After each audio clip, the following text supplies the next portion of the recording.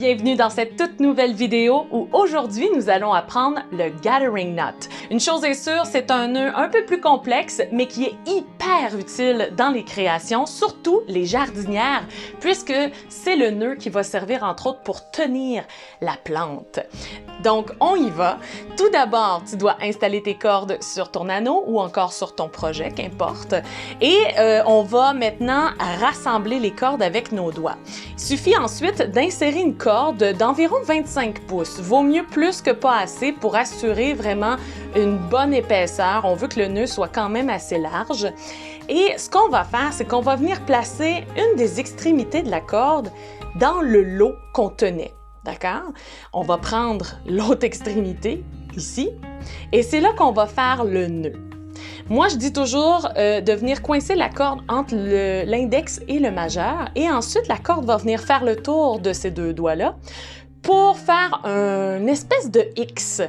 Je ne sais pas si tu le vois comme il faut, mais ce qu'on veut, c'est un X ici. Et la corde va venir ensuite à l'arrière du projet pour passer devant et venir coincer le petit bout de corde qu'on a mis au début. Et le fait de l'avoir passé par-dessus nos doigts fait en sorte que ça va créer ce qu'on appelle un loop. Et ce loop-là, c'est super important de le garder pour la fin. Donc, on continue, on tourne vers le bas, toujours en gardant notre loop. Et lorsqu'on considère qu'on a une assez bonne épaisseur, moi je dirais là au moins 6-7 tours minimum pour vraiment s'assurer que le projet va tenir. C'est un nœud hyper solide, donc plus de tours égale plus de solidité. Ensuite, la corde qui reste, on la passe dans le fameux loop. Par-dessus, par en dessous, ça n'a pas d'importance. Et là, le but, c'est d'aller porter tout ça sous le projet qu'on a fait ici pour venir coincer le nœud.